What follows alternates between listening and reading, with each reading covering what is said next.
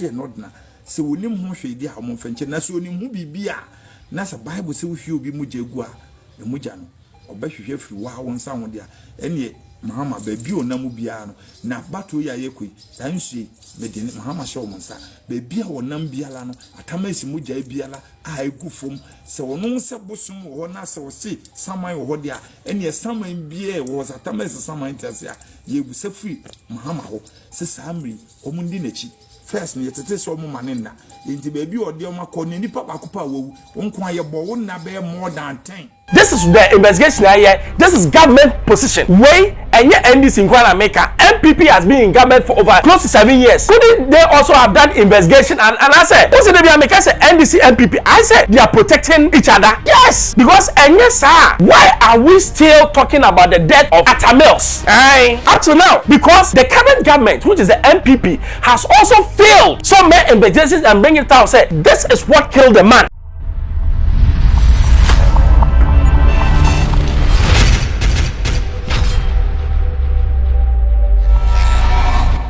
Hello, I Xposed GH. Your political talk that say SCC. But also subscribe my your buyer announcer esum twe. Na dey aba. My site video be a me person with you. But you see, me kai Ghana for yaw. Ye nyina in 2012. Ya pa Atta me say the only president Ghana should have had owuo eje no. Selfless man, you can say, on pere, no pe Ghana ye pe keke, but owuo e de ne koy. Up to now, ye nim ye kun, ye papa Atta ye nim even the circumstances de kun no. Na papa bi ato snap no wako nsuo bi ho. E no so wo kobo dua. Dua me no kobo ye nkotie mra. When you say me friend me back it way. You be the chair. Da ye chire here. Okroso ansa. Powerful. And he's one the kuta way. You know mama na kose business. Me ka say ginger drink kra. Okay. So Napo unim say me your boy. Asma mahama kan. Ghana fo nyina ndi dance say. Me krum de me ma me na tie wi ni. Ni ye wo busun bi wa. Ye wo ni te sese ne ye wo konfa no che. Ne ma me de obi a. Ne ma me de obi a na ma me aboni din. Ye wi a ubusa me ma me ho asem me ma me de betimi aka busun ne ho asem.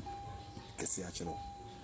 Nti mahama Atta wo se we ti ase ai friends kroma ti ase anko bebo na pasun Atta kwan o de wo fa so a wo frɛ wo na obi edi adanse a Ghana ha nyina da yesi every fire bia no smoke bi edi eni akira enyedai ejenso na Ghana fo tete se yesi umia ne mene wo ye ni sei na akon ye nyina ebi eni ho bi eni adanse but nsuo die o yesunsun mu nipa o yesunsun mu nkofo bosun no wo mikrum na efre ni jaaben no ye wo no abosome kun me de mehu according to me maame ye se yenyem no na ye wo na wo kan ne maame no okọ wo no e pai finisiri mu ne ye wo na abosome kun indi sese jaaben no e yam pasa sasa na tie na wo ye donto no akosa abranu ye wo chureti ye wo atonsu ye wo ayikubun eno ya ahemfo ne dia sansu nyina hoodin se mahama nim ho bibia ye de omgu fom se abato ye ababitu se na po se ono mahama se kwame nkoma mo na pasu mu dia ye jai no edema sa mikrom ha abosu na wa ha se mahama unim ho hwe nko ade a omfa ne ho nche no na so unim Atta hu wo ni bidia ene me jai ensuo ni abosu nyina se omunkita ne hwe mo no ne hwe na ode pema sa kwa wi baabi onamu bia wante se na nse wakoka se obi to bon yenim ni pakro se ekofo se odi dan no jemensa opoku ajman ese ono na we de no the friend say mahama de no nti o kan na video ni bi kura mi wo bi wa ha se o se mo journalist mo hwe ne ma fa anko nti asema o kan se ni wura fi ne ho kwan o de Atta fa so Atta wu no mahama nim ho bibia de a ne ho so na se onim ho bibia mikrom nsu a mo tumi jaaben no da so te ase onu nye nipa me de ma me hu no be me beti me mpani nsem ne tumi a na ode ya nwonwasem di mikrom vogize se mahama abato aye kutui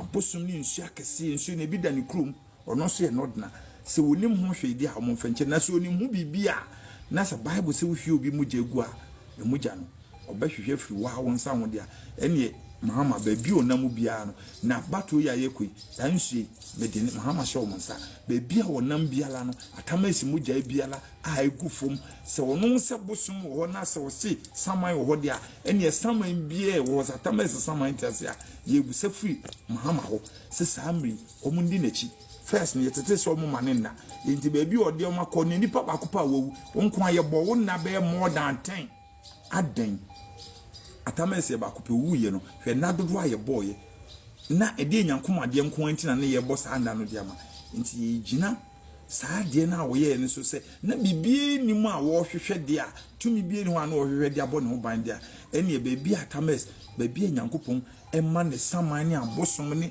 ensuo akase ni mu omuma ne saman ne nsori no musa ni muja mfiri Mahama ho se wono ka Kwame Nkrumah muja ho asem de se Kwame Nkrumah ndi na pochi dia ko mebo na sum dia ene bebi a wo bia bebi a wonam bia no mo atamesi wo daye mu wo didie mu wonsuo no mu se wono munsuo nko ade a ye hia se wo behunu wo wonsuo mu wo didie a wo behunu wo waduanim bebi a Mahama bebi a wo befa bia no se wo hu atamesi se wonim ni wo ni hu bi nko ade a na wo wi ne wantimi ante abanyoko bia ne ahwehwem no ye jani na de shawunsa se ni nyina no se tumi wo hode a ene emigidi se ombebusa na se efiri no nti on de ne aka na po adwuma no eno an ya ma no ye jai de ama no no ankasa no onwa ade no ehu but you see de bia me se no kure yanka no kure a ema obi nyope de bia me America your friend Joe Biden onya COVID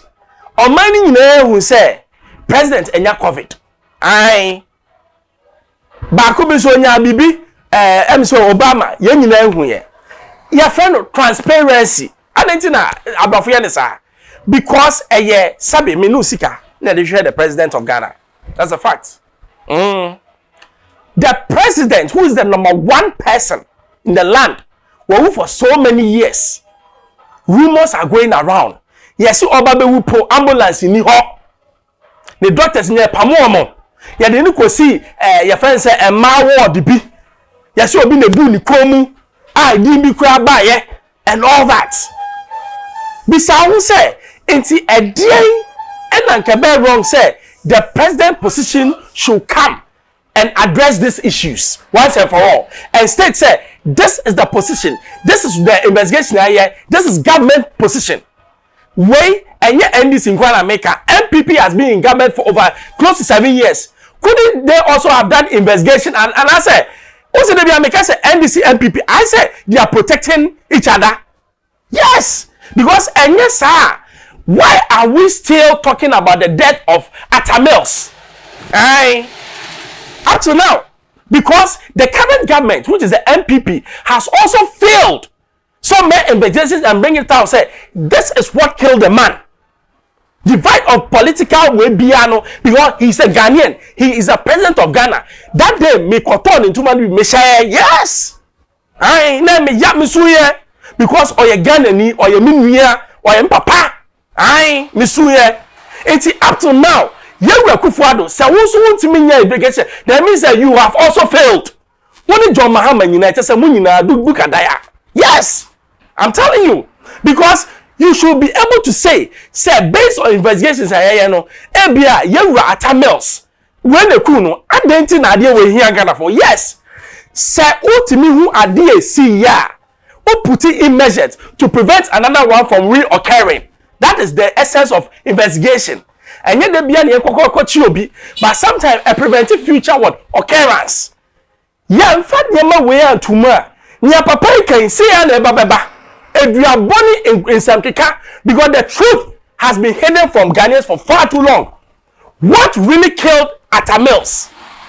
Again, the crew no, mama yehu, because people are saying stories after so many years. Is it not a shame? Both to the NDC MPP said we can unravel the mystery behind the death of a certain president. Are we that dumb? Yes, we are dumb. Yes, Yagina say. Because and say we should be able to provide what? Evidence. And say, based on the fact, this is what killed the man. Finally, no be and far rest and bar. Now, where can we know where can we? There be a politics. You best say baby. Yeah, moving on. If you want to know, Yewura Kennedy okoye you know campaign bi na nsem no kan no pese wutie bi because me wasem ka yenkomra Ewi masem tietia asam ne se me tira ai se me catch now se Ghana eyi ade a na matia Awurade ana me yo trofo Ghana ayeten demo no enne yehusa Ghana eden demo mo chira ayenim enunti ena me gina ha wiye yi titru me makinfie aduosia enan yankopon emaye aduoson osi after aduoson no yakari nyina no enshira ayedem nasa madi infie aduosia nan ya ohwe Bible no nsachro for no asem no na jese the time no battery no aye weak na medi machi eja himfo yachi eja emrantia ni mabawa the youth of this country. That is why I have done 9 kilometers walk. The future of the youth is more important than anything else. Let me tell you something. During President Kufuor's time, he did marvelously well for this country.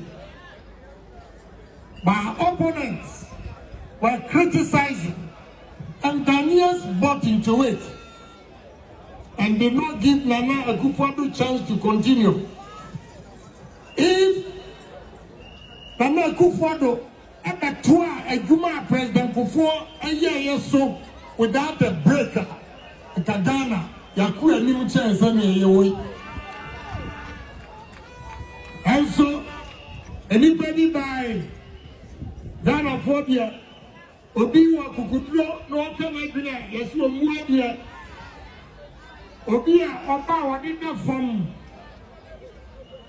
eno ntira se oda fam wa na nkyere se adwuma betumi aye enya bi dai ozo mi no anam amama se me yam sumni amama se me wodo antu amamam yese yade no abisasa electricity oturutia no want so dabi ensio oturutia no want so dabi I say I'm not the member meto do boom boom boom era Ghana for ewe fi adwuma papa President Kufuor and ya come to my Professor Mills and within a week electricity was so about to boom boom and see what to boom. President Kufuor, I did back for young man Ghana for teaching young here for any national health insurance. If he said, and paying for can be said at the year, am I afraid? So who should I be? President Kufuor saw a baby, not a man. I am for Echo Hospital. A pretty big cash and come. So this car, Ubehu. President Kufuor will go on also, Debbie. I was saying, that the National Health Insurance Bank. National Security, you need to be shown who you are. Or you need to see you also to be shown who you are. And until for the National Health Insurance Bank, where you know. Osadi bi ka ho apemfo ye maame no nko awo so a emra President Kufuor maaye no oba ko awo so a wenye sika ni ti anye ya no ono ankasa ni ne bari nyina wu ni ti ye yi a na ne ba mewu no ono anya ni ti adidi wa na President Kufuor si no apemfo bia omuko hospital and also a free. When you know, you will fee, and you're caught to my minion. Our line there, I'm a there, me and I'm so for up to our mum, and a member, Ghana, how are you coming around? I'm out, go. And yeah, man. Antonia, and you and a national health insurance. Private hospital forecast strike. Sir, health insurance, receive invoice now. Abiding just came to ya. Me a living testimony. Now me free Kumasi, come asim for su, and I'm teaching you and open news to say. For su hospital, I am for more a coin Roman Catholic Hospital, woman construct.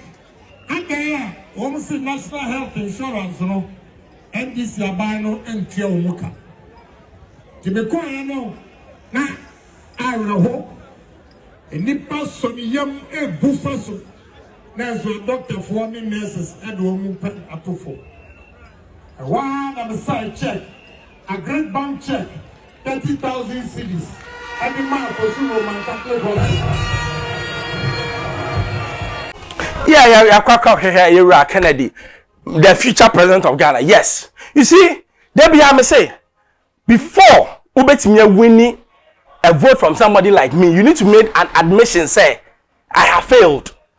But me who quite not make me the more promised land, That's the only way you're about me, I bet me convince somebody like me. I'm telling you.